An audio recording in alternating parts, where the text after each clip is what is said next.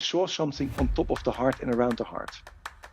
A lot of research later, he could establish it is a brain. It has white matter, gray matter, neurons, everything. People who have a heart transplant have a change a lot of times of behavior, likes, dislikes. It cannot be explained unless you know the person where the heart came from, because then you see those behaviors, likes, memories. And if you say why it's the most powerful brain, because your heart brain can be measured up to 9 meters outside your body. Based on electromagnetic power it has, if you boom, boom, boom, boom. Secondly, if people say, yeah, why is it in charge?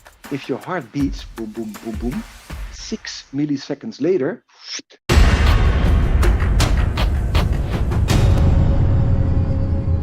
Welcome, ladies and gentlemen, to another episode of Life Coach Code.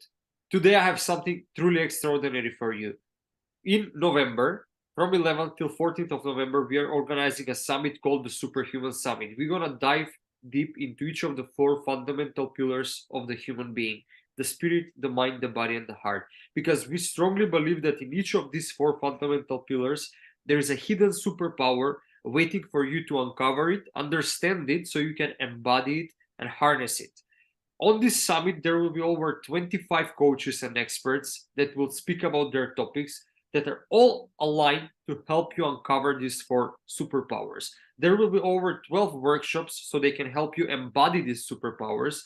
There will be panel discussions, a lot of networking opportunities for you with like-minded individuals, and a lot of free gifts that each coach will offer to you for free on the summit just for you participating there. The most extraordinary thing about this summit is the price itself, because all of this, the projected value is over $30,000. The summit itself costs less than one meal. It's for the price what you would pay for one meal. You get 4 days of transformation, working with over 25 coaches and experts from all around the world, over 12 workshops, panels, a lot of free gifts, for the price that's less than one meal. So that's the truly extraordinary thing. If you want to jump into this summit and transform yourself into a superhuman, go to the link in the description or go to lifecoachcode.com/superhuman summit.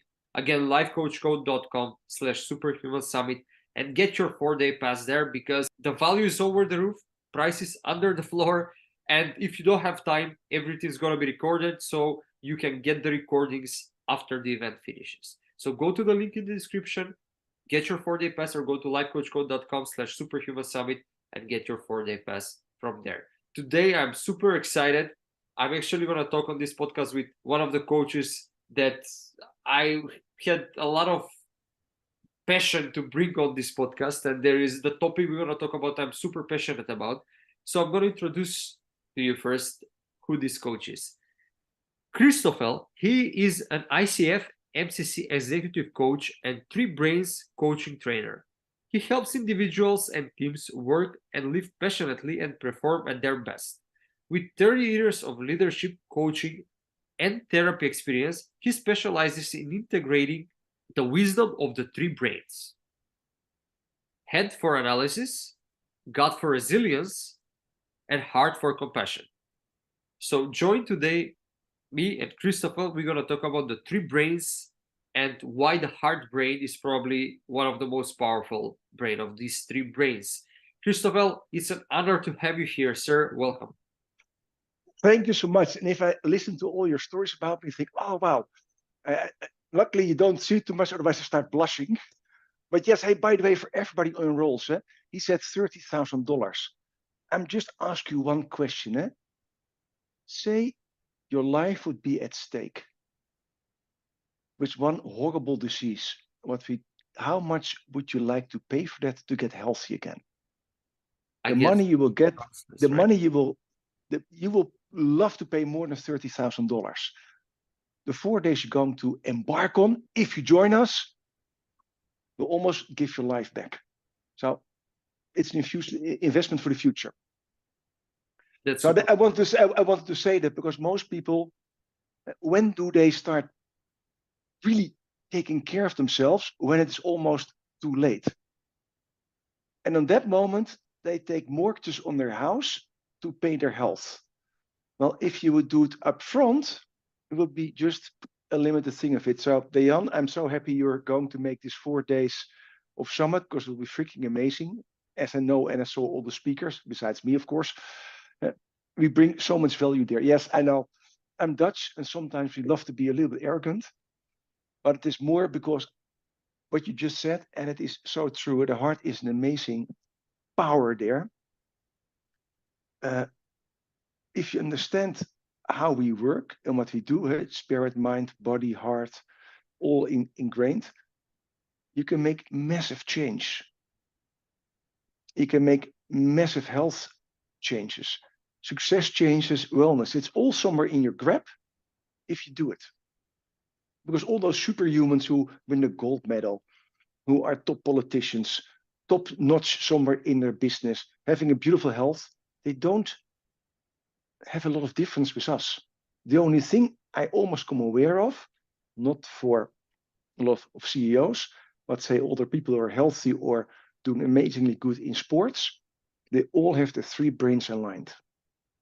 Now, okay, what do you like to talk about? Because otherwise I take over the whole show and I give almost here I can listen to and you talk about it. for days. I can just sit here and listen to you talk because I love this topic and I love how you talk and how you explain these things. But let's jump right into it. Yeah. Is the heart a brain? Like we talk about 3 brains. So Yeah. is the heart a brain? The simple answer is yes, but of course, then you ask, how do you mean? It's not. I'm not a neuroscientist. I'm not a biologist. I'm not a surgeon. Please not. Show me blood, and I'm the first one who probably faints. But something like 35 years ago, Dr. Andre Moore, a neurocardiologist, so somebody who cuts open people and those kind of stuff, massive amount of heart surgeries, came aware that he saw something on top of the heart and around the heart. A lot of research later, he could establish it is a brain. It has white matter, gray matter, neurons, glias, dendrites, axons, everything. Approximately 100,000 brain cells. And they can actually act independently. They can memorize. And if people say, don't believe it, then I just say, Google change after heart transplants. And you become aware that people who have a heart transplant have a change a lot of times of behavior, likes, dislikes, even have dreams or other kind of things that cannot be explained unless you know the person where the heart came from, because then you see those behaviors, likes, memories coming in. There are massive things that now, and of course you say, oh, that is luck. No, it is more than 80% of people who have a heart surgery who have those experiences. Like if it's 1, you could say that's luck. If it's 2, you could say good luck. If it's 80% of the population who have a heart transplant, it's just a scientific fact. On the question, why don't we know more about this? Now, then I'm going to be extremely careful, but also not, because you don't make money with that. Because just imagine that you become aware the heart as a brain has an own responsibility for our health, for our life, and what we do and don't do, then probably all the medication, all those pharmaceuticals sell, and all the psychiatrists and psychologists have to change their system. And yeah, if you look how much profit pharmaceuticals make, they don't like to change all those beautiful stuff. Yeah, because depression pills and medication is massive high in anxiety. That is billions and billions and billions of profit. Not only revenue, profit. So just imagine if you know the heart has a brain, and in my words also the gut has a brain. In the same area by neurobiologist Dr. Michael Gershwin wrote a book about it, The Second Brain. 500 million brain cells in your gut. The same size of the little cat you're now cuddling at Dejan.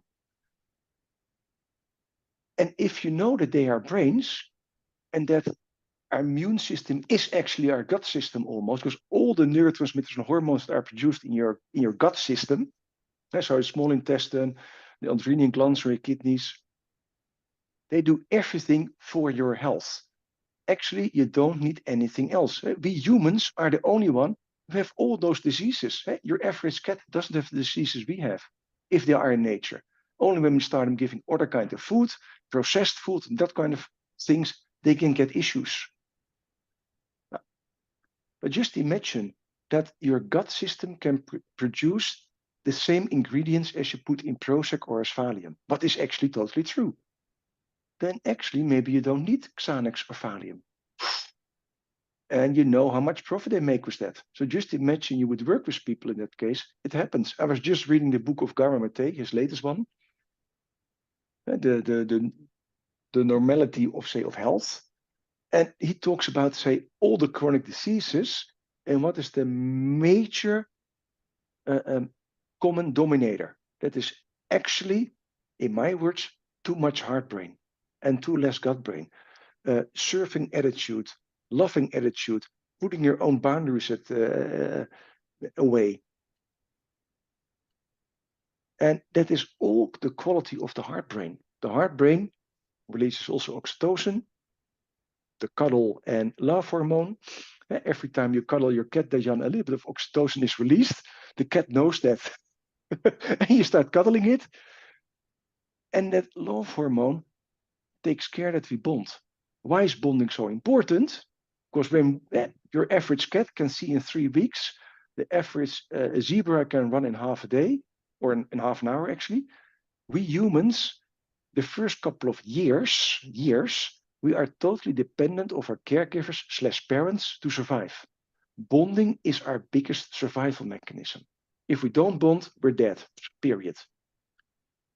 A biological fact we bond, oxytocin.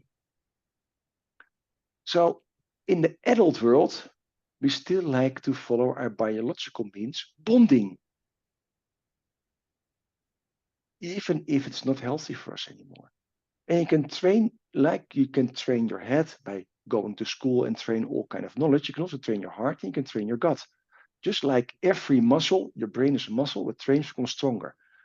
We socialize people to become more and more heart brain. And before you know, you get sick. Who gets the most sick? Who has the biggest heart brain? Females. Because we educate females to be serving, sweet, and nice to us. We men are educated more in the gut brain to be strong, decisive, and don't feel our own feelings. And the more heart brain, the less gut brain, the more prone you are to diseases. It's just, and I know I'm talking right away 5 minutes. And why is that? It is my passion. It would be so great if they follow those 4-day summit, learn all those things and become healthier. Because health is in your own hands. Success is in your own health. Happiness is in your own hands. Okay, it was a long answer on does the heart have a brain? I know. This is a brilliant answer. And so I just want to make sure that I understand it correctly. So there are 3 brains. Our brain that we know of, in the head, the heart, and the gut. Yes. Each of these 3 brains, scientists, doctors found that there is gray matter, there are neurons, etc. Things that are by default, by definition, shaping an organ that we call a brain. So that's why there are 3 brains. You're saying that most of the diseases in the world happen when we have more heart brain, less gut brain. Am I correct? Yes. Yeah. So can we elaborate more on this? I know you already said it, but can we, for example, because I really want to understand, the heart brain is, let's just start by this. What is the purpose of each brain? Okay. You said it in the beginning. I will make it extremely simple otherwise. So let's go to survival back, and we do it from bottom up. What's the most important thing for our survival? Food, nutrition, reproduction. If you go to the first organisms in this world 500 million years ago, you see actually a digestive system. Food comes in, waste material goes out. Now, a little bit more advanced are we. It comes in our mouth, and you know where it ends. Let's not put it right away in the podcast, but everybody knows somewhere where it ends. That's the digestive system. The digestive system, just like in nature, can be almost living creatures by itself. Look at the average sea cucumber, and you see actually a whole intestine living around and being already there for millions of years, rather successful. That one does not have any social interactions, And the only reason is to survive. And if you now think logically, a sea cucumber, let's take it as an example, can survive even though it's living in the sea. And if it sometimes gets a scar, it heals by itself. It knows how to detect something, how to protect itself, and all that kind of stuff. So that gut system, actually that sea cucumber, has all the qualities to survive by itself. It doesn't need a heart, it doesn't need a head, it doesn't need arms, etc. The gut is a survival mechanism. So if you think, what's the gut brain? Survival. Me, myself, and I. I have to be strong. I have to be in control. I have to have the power. If you think about the heart, we are more developed animals than, say, that little sea cucumber. We are group animals. If you now talk about monkeys, if you now talk about humans, what are some like, we are group animals. Everything in our survival, as I said, is about bonding. The heart is an extremely powerful brain for bonding. Because bonding is actually for us humans the most important thing for survival. Of course, food, drink, etc., etc. But how do we get it? By bonding. If you're 1 year old, you cannot crawl to the fridge, open the fridge, and get some milk out there. If daddy or mommy or whomever doesn't give it to you, your exit. Bonding. So the whole heart has one big thing: bonding, taking care, connect. And if you say, why it's the most powerful brain? Because your heart brain can be measured up to 9 meters outside your body. Based on the electromagnetic power it has, if you do boom, boom, boom, boom. Secondly, if people say, yeah, why is it in charge? If your heart beats, boom, boom, boom, boom, 6 milliseconds later, your amygdala sparks up. The amygdala that we all know, oh, it's in your limbic brain, that is now. That has power of almost all the neurotransmitters to somewhere regulate our body. And based on the boom boom or the signal from the heart, the amygdala knows what to do and which neurotransmitter has to be more, less, or whatever. So the heart is actually saying from... It's like they're in communication. The heart, with its rhythm, it's actually telling the amygdala what to do. Yes, absolutely. So if you go to, say, now if you go to heart math, who love all the science about the heart, they have massive research in it, how that works and how that doesn't work. It's just amazing. And they talk about heart coherence. What heart coherence is, we have a boom, boom, boom, boom, say 60 minutes a minute. That doesn't say anything.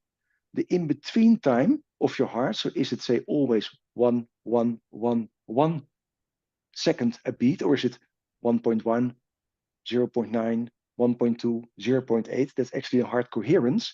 That shows actually, besides, yes, how quick it beats, what kind of state your heart is, what is happening actually. Because we both know if you are stressed or a fear, your heart beats up.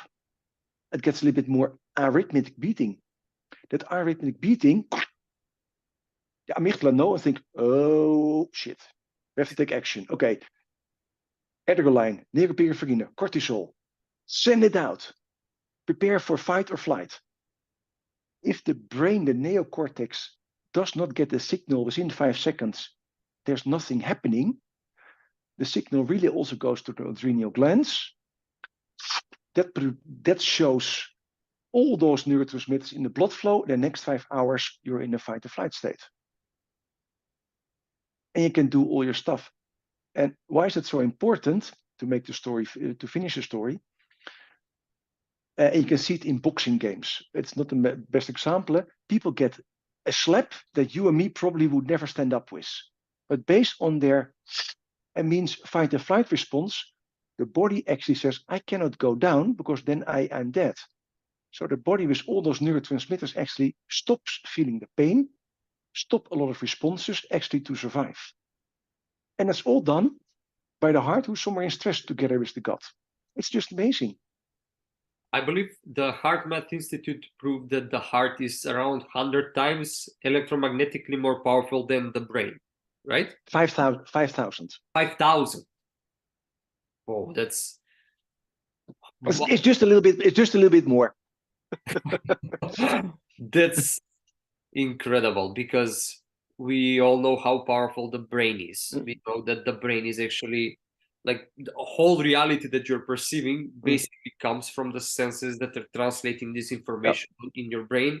So the brain is in a way constructing your reality. So something to be 5,000 times more powerful than that, I don't know if I can really grasp my mind around it. Like basically means that, sorry to interrupt you. And I mean, stronger is the electromagnetic force, 5,000 times stronger. So in decision making, there's a different kind of math, but say in the energy that it emits is 5,000 times stronger. That makes sense. Just one little example on that. You know what's the beauty of our heart? And they research that in monasteries and all this kind of stuff. When you put people together, also if you actually put animals together, but they saw it more in human world, in monasteries, all the women or nuns who are living there synchronized their period. Now, we don't skip in the why is happening that, but the synchronization happens by actually the hearts that are communicating with each other. Based on, hey, how are you doing? And based on those signals, they synchronize the body. It's just freaking amazing how the heart does that. it's super fascinating, and we're gonna dive a lot deeper into this. When we're talking about the heart, and we must talk also about emotions, right? So when we are feeling emotions, yes, we are feeling them in our body, but emotions, the heart is mainly responsible for what we call the heart pillar for the emotional self, for feeling emotions. How much do you think that the heart itself is responsible, like the brain in the heart itself, responsible for promoting emotions that we feel inside our bodies? In other words, are emotions first created in the heart, then the heart is communicating with the amygdala and the whole body chemistry, or is it just this false and just my theory? Emotions are a beautiful thing to talk about. Lisa Barrett Feldman, a neuroscientist, has a book about the construction of emotions and actually says our verbalization of an emotion is totally incorrect. Based on research, actually, most humans are not capable of really making aware what is now my emotion. Because what's actually emotion? That's a release of, say, biological neurotransmitters. A little bit more or less pressure in our body from the heart, higher or lower pressure, higher or more heart beating. So our interpretation of those sensations, what's happening in our body, sweaty palms and those kind of stuff, happens in our beautiful head. They're all extremely important. They all communicate together. It's the three musketeers. And the spirit is the fourth musketeer, if you would make the analogy. So our head gets a massive amount of information, 11 million of bits of information every second from our body. 11 million. That generalizes a lot because we still get 10 million from our eyes, 1 million from our ears, etc., etc. There's a massive amount of information in our head. That information somewhere is,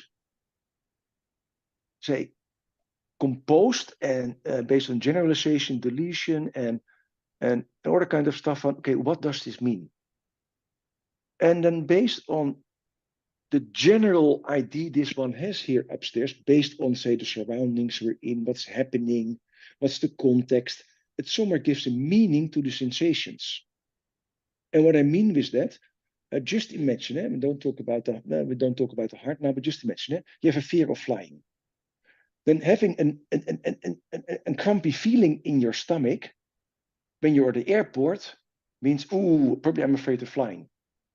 If you would now have your first date with somebody you really love and you really think, this could be the love of my life, that crunchy feeling in your stomach could actually mean butterflies.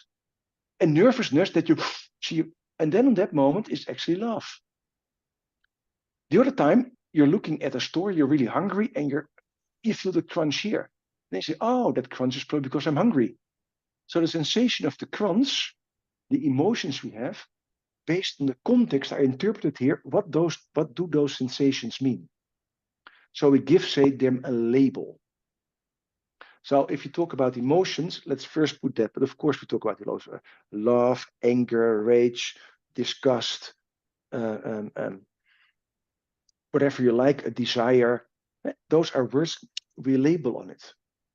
But for some people, they're really hard to do. I think half of the music library we have on iTunes or whatever is about love and what it means. We don't still put our finger on it. If you look at it biologically, you could say, hey, love is an extreme connection of bonding where your heart says, hey, this is really amazing, this connection. And your gut says, oh, actually, this connection could be extremely beneficial for me. And your head then starts from saying, okay, so it's good for us, it's good for me. Now, probably this is a good relationship. Let's put a ring, as Beyonce, let's put a ring around the finger. This is so fascinating and so interesting. So let's dive into the heart deeper, because emotions, I agree. I know about Lisa's work, and I know she actually said that we are not creating emotions in the brain. They are existing on a continuum. It's not all black and white, right? It's on a continuum.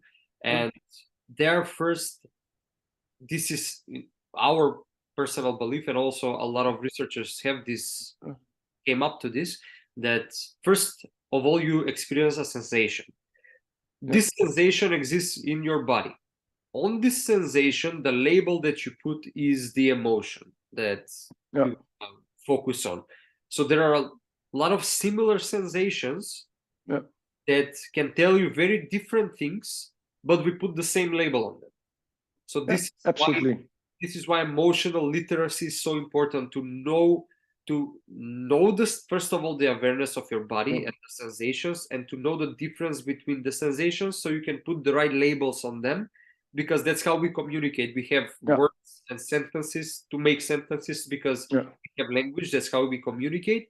Our heart communicates through emotions, through putting labels on these sensations so we can better understand them, know our decisions and what to do, the choices that we're gonna make. On the Superhuman Summit, we have another coach. Then he actually gonna talk about the language of emotions and how to put labels on these sensations. And so interesting. That's so interesting. So interesting, so fascinating. I actually had a podcast with him, and probably by the time we publish this one, it's gonna be published. So it's truly fascinating thing. Anyway, that's about emotions. The heart itself. It's a powerful electromagnetic tool. This means that it has the power to communicate outside of ourselves through the electromagnetic field, right? Yeah. Yes. I want to understand, what does 5,000 times having stronger electromagnetic field than the brain needs? What does this mean? Because it's 5,000 strong electromagnetic. Okay, what does it mean? What does it mean? And then again, I will go one step back. Not that I like to give long answer, but more to give, say, the explanation around it. The heart and the gut cannot communicate with language. What's amazingly of us humans, in our head, we have language, and we all know language is in our head, period. But we still have to communicate. How does a baby communicate with his mom or dad? You can say smile, nonverbal communication, but also by smell, touch, but also by the heartbeat. So our heartbeat and the electromagnetic field actually helps us to communicate, to synchronize, to become aware, are we safe, not safe in the group? How does it feel to be with somebody? If you go to a totally different side, if you go to a constellations training, you become aware what does actually our position in the constellation means. And your heart and also your gut are extremely important for that, because they sense and they, let's call it, communicate with each other what is good, what is not good. And if you like to have an idea about it, then I say next time you step in an elevator, come aware where you like to stand and what happens if somebody steps in the elevator. Then your heart and gut right away have a response, and maybe you like to move in the elevator. Most people go to the wall because they like to have distance, and what we call our personal safety spot. But if there's, say, Taylor Swift who steps in the elevator, or maybe Ryan Gosling for the other sex, then probably say, I'm not going to the other side of the elevator. Maybe I just step a little bit closer, because then your heart says, oh, wow, I like to be with that person.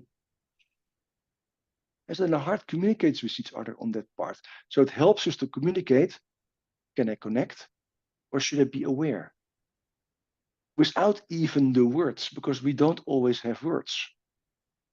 And to make that more visible, I would say look at a herd of, now let's call zebras. We can also take horses. But if you look in the wild, how zebras communicate, yeah, they do some, but it is now not really a verbal language from means go away or I like you. But the communication is actually on a you could say non-verbal way, on a quantum physics way of the heart communication. Where do they stand? Where don't they stand? What do they feel? What don't they feel? And it's just amazing how that works. Do you believe that animals communicate this way? Oh, absolutely. You can see it in fish. You can see it in every animal that lives in a group. If it's now fish or my zebras, what I use every time as an example, they communicate. And the flock of birds that fly as one flock, they can only do that by communication, but not by the communication we know. But if you look at quantum physics and bioquantum physics, you find all the answers there, how we communicate. If you ever look at quantum biology, then really you get totally surprised how quantum physics is totally ingrained in us. Just light that hits a leaf, without quantum physics, it would never reach the sites it has to reach in the leaf. Because how does a little electric photon knows, okay, I hit the leaf, then I go to the chlorophyll where actually I do an energy consumption. That the leaf doesn't know, but only by quantum physics it can happen.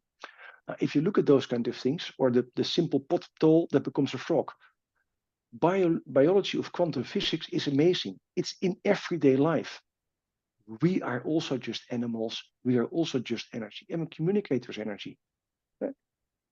Everything in nature or in all the science know now, we are just energy.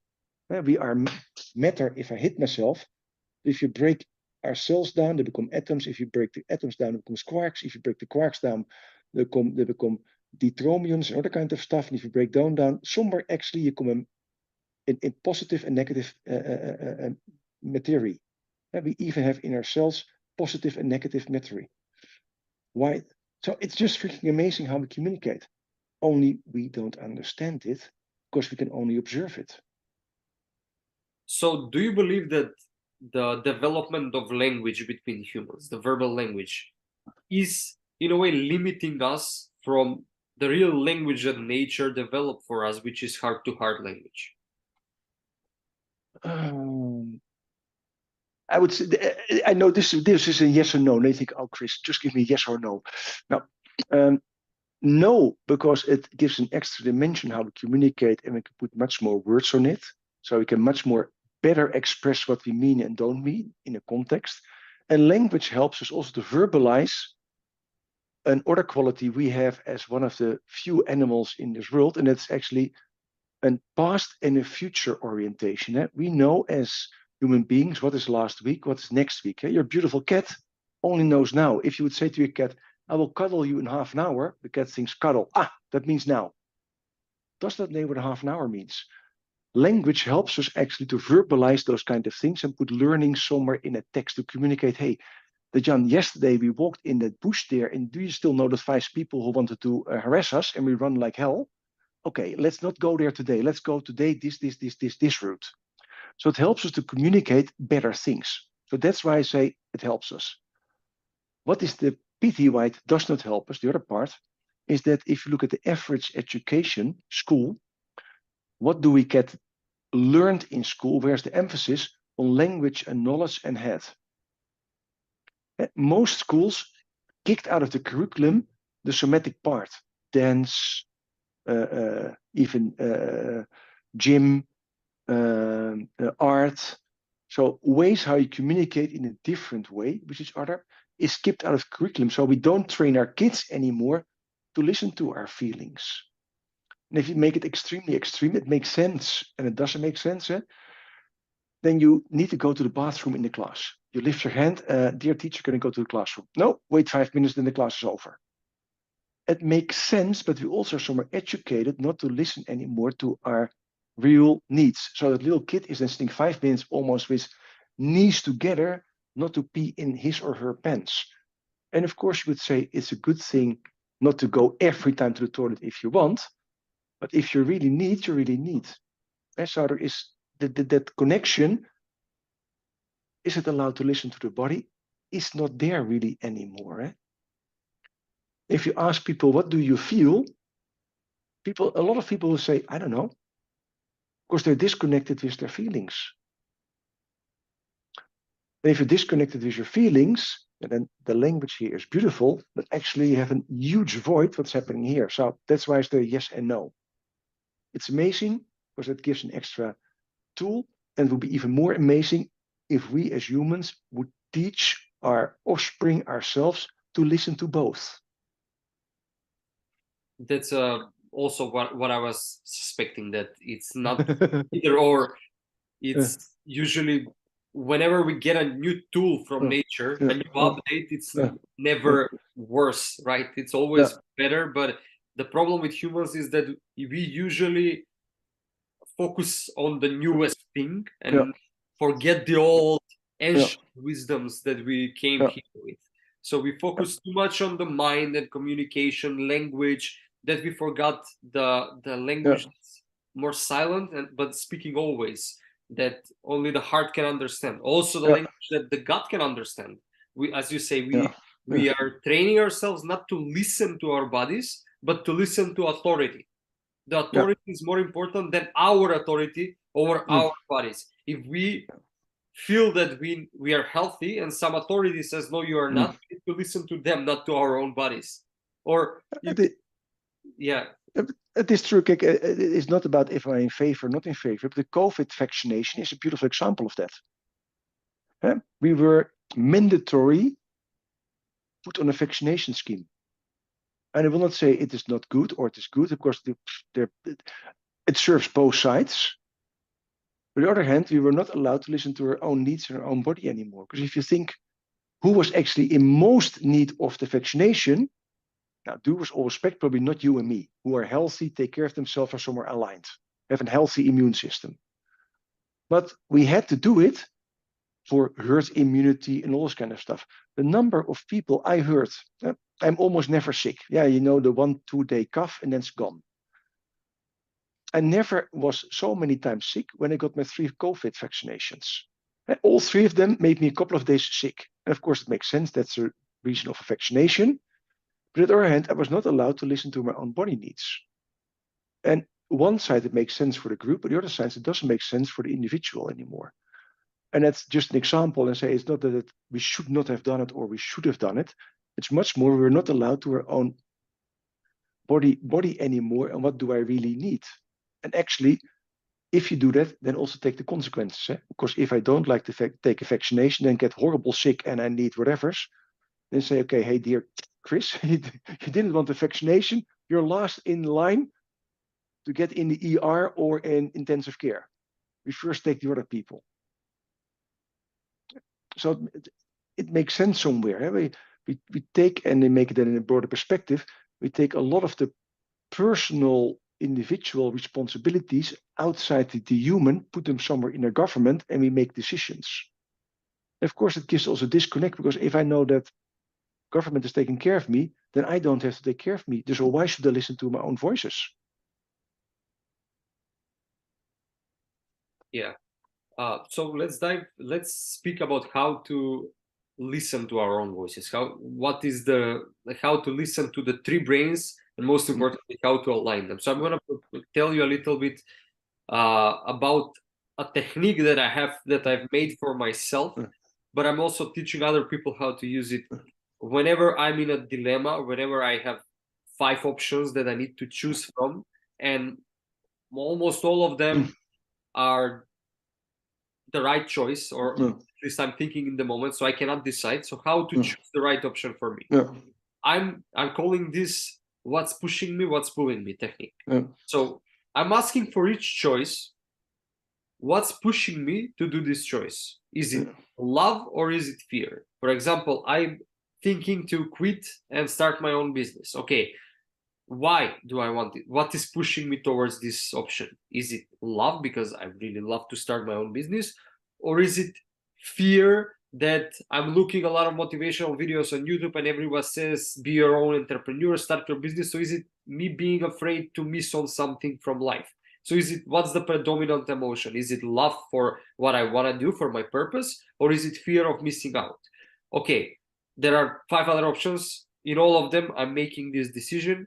Yeah. I'm eliminating the decisions that are based on fear. I'm focusing on the decisions based on love. Okay, there are 3 decisions based on love. What of these decisions, when I'm thinking about doing, is making me feel most alive? What of this I'm most expansive for? And that's the choice I'm going always with. Doesn't necessarily mean that it's gonna make me money. Like if I do this, if I start my business, doesn't necessarily mean that you will not fail on this path. Yeah. What just means is that for some reason, the wisdom of your heart at that moment knows that that choice is right for you, for your personal growth. You need to take this choice. Doesn't matter if you fail or not on this choice. That's the direction for you on your life. That's your arc. That's your story narrative you need to follow for your character to develop in your story. That's how I'm seeing it. So I'm always choosing this option.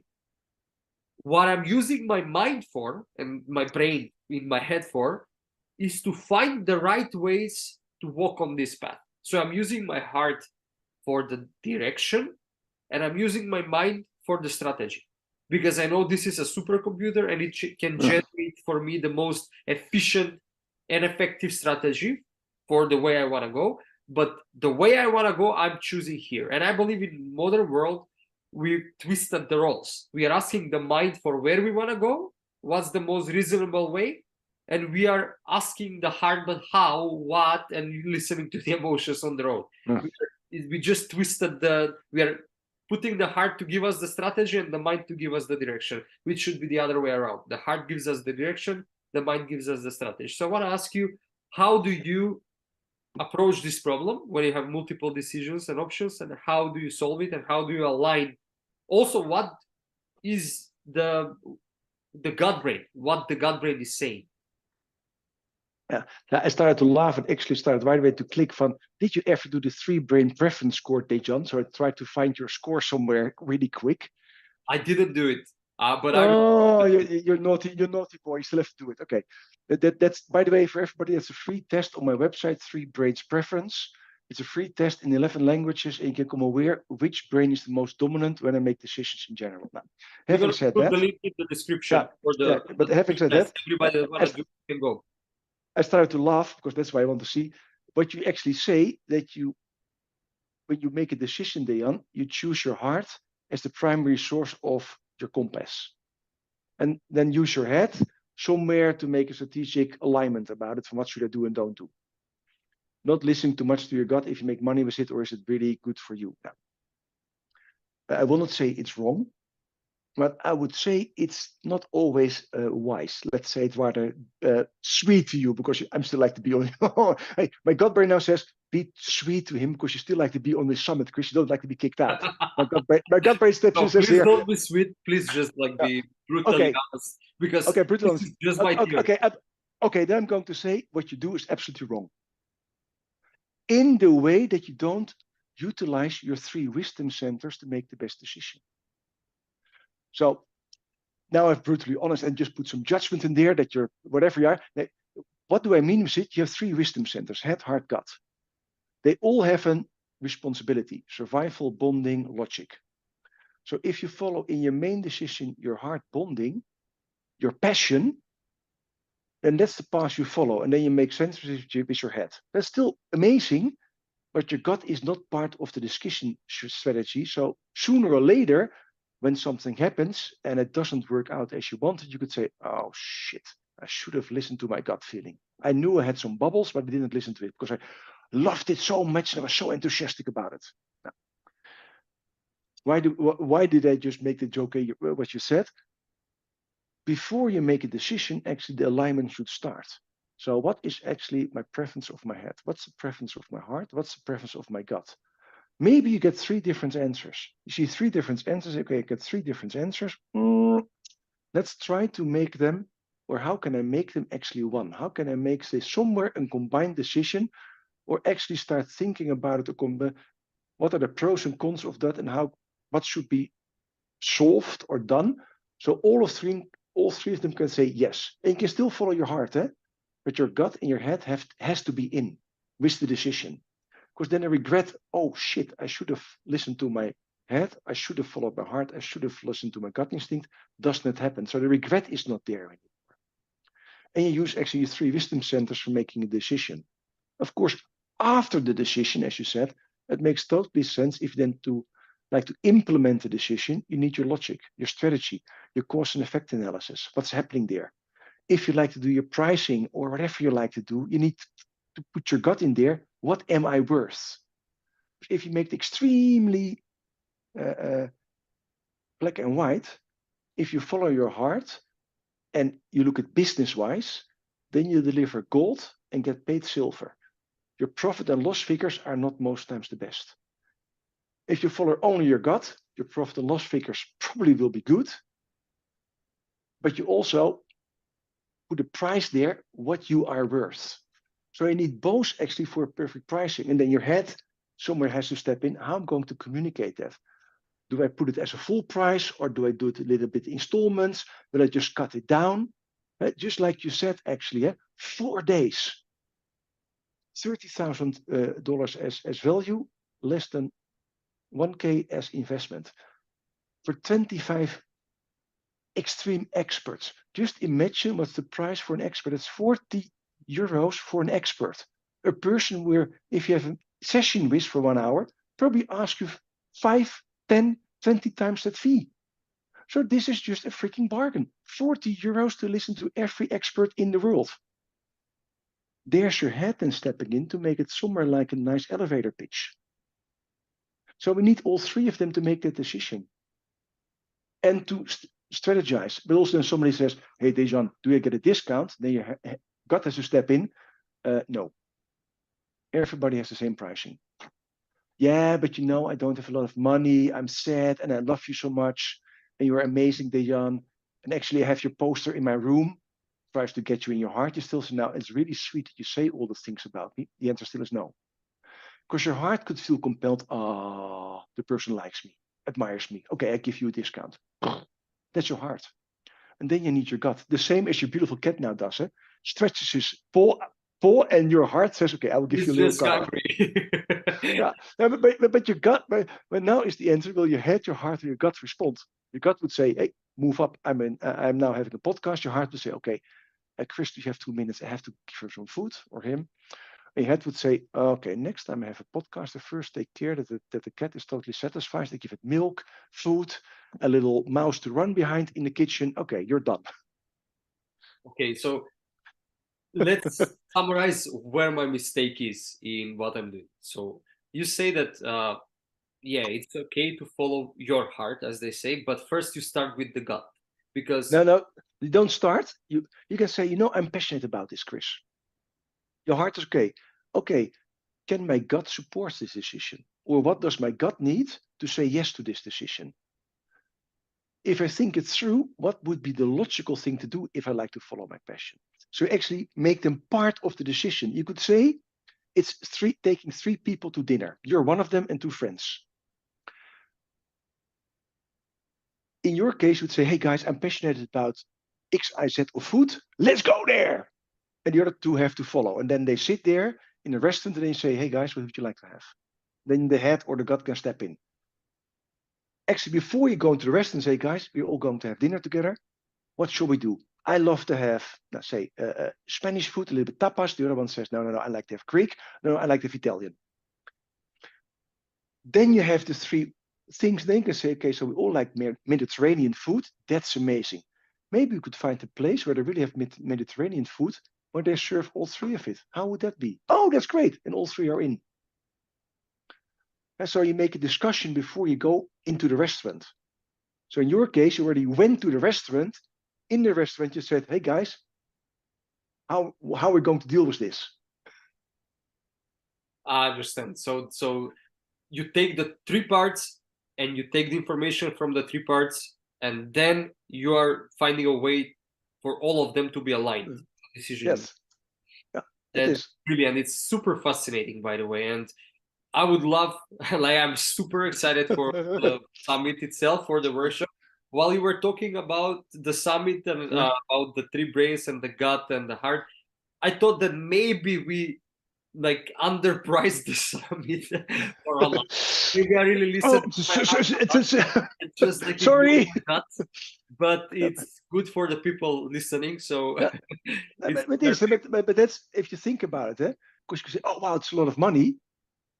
But if you have 25 world-renowned specialists in for 40 euros each, you can get their value. That's extremely cheap. If you ask me for coaching, I will ask X time the price of that. And probably all my colleagues in it summit the same as you. So you get actually totally, but that's then your head saying, okay, how can we make sense of this? My gut brain says, no, I love this summit, and I also love that it goes to a big audience, maybe people I never see, because based on other specialisms, they will attract other people. So we can communicate, we can, as a group, we can attract much more people and bring our message out. That's why I'm also love to be there, because with the 25 of us, we can attract a massive amount of people. I attract some people, somebody else attracts other people. They listen to different stories. I think, oh wow, that's interesting what that guy is saying or that girl is saying. Oh, that's interesting what Chris is saying. So that makes the whole community sense. And if it's then a lot or not a lot of money, now that's not for me to say. But if you look at each individual, it's not so much. Actually, we could use, I'm Dutch, noted, it's cheap. yeah.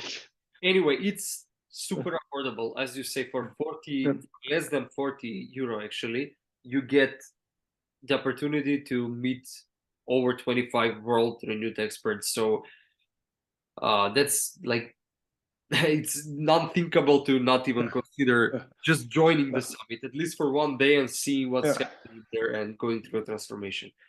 So as for the, let's sum up all of our discussion, because I guess we can continue for hours, but our time is limited, so we need that's for the next time, Dejan, if you like to talk more. Because I also love because all your examples and your insights gives us a beautiful to elevate to a higher level. So I love to talk to you. Definitely. I want to ask you one final question. This is the juiciest question, I guess, and maybe the most woo-woo question. But you say that we are all energy, and that the quantum mechanics are integrated in us, which makes sense because we all come from that sea of quantum soup. And everything there is energy. We know about quantum entanglement, that particles very far distances, they react instantly. If one particle is here affected, the other reacts no matter the distance between them. Do you believe, since our heart is so powerful electromagnetic field generator, do you believe when you make changes, heart changes, it literally affects the reality around you, reshapes in the quantum? Absolutely. If you would go to Lynn McTaggart, she writes all books about it, the intention experiment, the bond, and how we connect. She has it's amazing books. She's a research journalist. Massive research in there is actually how we can change the reality by that, because we all influence people. So that's yes. And secondly, yes, also when you talk about entanglement, we're all connected, and people, you could say it's whooshy, and that research shows it not. As maybe you know, I'm also a Reiki master, besides all the other kind of masterships I had, just to learn how do we actually work. And I still remember, although I knew it, I was a little bit skeptical. And let's be honest in that part, because you talk about it, you do it, but something, it is not tangible for most people. It's not tangible. I don't see it. I don't taste it. So it's crap. I still remember for the exercise, I was doing my level 2, we had to do distant Reiki. And I'm on that moment living in Australia. And I choose, say, the parent of one of my dear friends, and I say, because the person that had some issues, said, is it allowed, could you ask the person if it's allowed to do distant Reiki on him? That person is 80 years old, is full Spanish. So, you know, Catholic, doesn't believe in those kind of stuff. Already 80 years having a siesta, a really traditional Spanish, beautiful guy. And I'm doing distant Reiki on him, and I say, I don't say when, I don't say the day, because otherwise it could be influencing, say, the response. So I just do distant Reiki on him 3 times, without saying when. in different moments in 2 weeks. All the 3 times, he was highly energized. He could not have a siesta anymore. And he was walking through the whole, almost through the whole city. The 3rd time, he actually asked the person to ask me, could I do it on a different time so at least he could have his siesta? And I would not have believed it if not a person who said to me is really extremely, extremely, extremely down to earth. And that likely, and that's just an example. There are so many examples of that. But I came aware of it, and there are more things. The moment you put your 2 hands together, you can feel energy in between your hands. And everybody has someone. If I put it here, I feel energy. And if you go more, you can almost feel it. What's happening there? That energy that is emitting from our body, but also our heart does that. That has an influence on each other. So the moment we change this and we start sending out, say, let's call it love. Let's put a label on it. You will right away affect the people around you. You will affect actually maybe even more. If you read the bond of Lynn McTaggart, you would say you need 8 people in a connection to send out that energy, and you can do much more. Like community praying and those kind of stuff. We have an amazing energy and quality inside us. And the last thing to make that for people aware how that works, just imagine a magnet. You know a magnet, that's a metal thing that attracts metal. What's the difference between a magnet and just a piece of metal? I will tell you, because a piece of metal is just all metal atoms not aligned. The same piece of metal, the moment you align the atoms, becomes a magnet. And there's powerful things. Every metal you can make there's every iron thing you can make a magnet from, as you know. Now, we humans are the same. If you're not aligned, all our atoms are everywhere. The moment we align our energy also from our heart, we become also almost a magnet, and we start attracting people, and we start repelling people, and we're creating a totally different kind of energy system around us. That's so powerful. And I think we're going to end this podcast on this note, because this is actually the prelude to your work, to your talk on the Superhuman Summit. Yeah. For everybody that wants to align their 3 brains with the techniques and also get the science and theory behind this, strongly recommend go to the link in the description, get your 4-day pass, or go to lifecoachcode.com/superhuman summit, get your 4-day pass. You're going to meet Chris there. You're going to meet over 25 other coaches and experts there on other topics.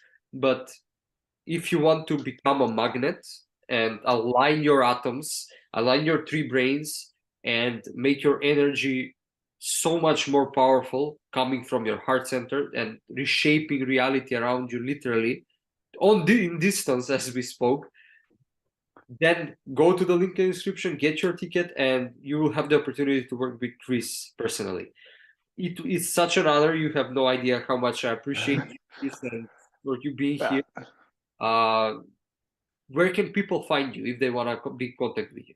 The easy one is just like your name. We have a difficult name now. Yours expands man a little bit. You just type in Christoffel Sneijders, and Sneijders, if then Google will change it and find me. Otherwise, it's even more simple. 3 Brains Intelligence. Type in 3 Brains Intelligence. You find my website. You find me. You find books. You find all kind of stuff. Otherwise, use my name. But anyhow, remember, everybody who listens to this, less than 40 euros to talk with me, but every other specialist there. Try to find that somewhere else. Less than 40 euros for an amazing specialist. Dejan, me, and 23 or even more other ones. I would say it's a freaking bargain. It is, and I'm super excited. I'm actually, I cannot wait, and because I know that just what we are speaking right now today with you is so powerful. Like, it's insanely powerful if you take control of your heart. Like, if you take alignment, you make alignment with your 3 brains, and just how much powerful and how much change that can bring to your life.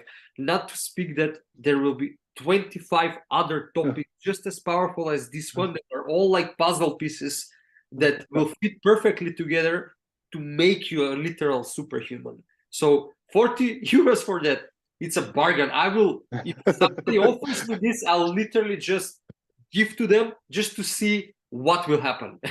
Literally, that's the amount of money. Yes, it is. Hey, thank you so much. And I just want to say, when we talk about magnets, how we met each other some time ago was also like a magnet, because we didn't know each other. And somewhere we connected with each other, because somewhere, almost say, our energy was sending out, we need to connect. And so, because more than 1 year ago, we didn't know each other. Yeah, actually. When I think about it, it was more than 1 year. Then Yeah. you didn't feel that we connected. So yeah, that's the energy we send out. It's so interesting to think about that. Over distance, people you don't know about, you affect by your energy.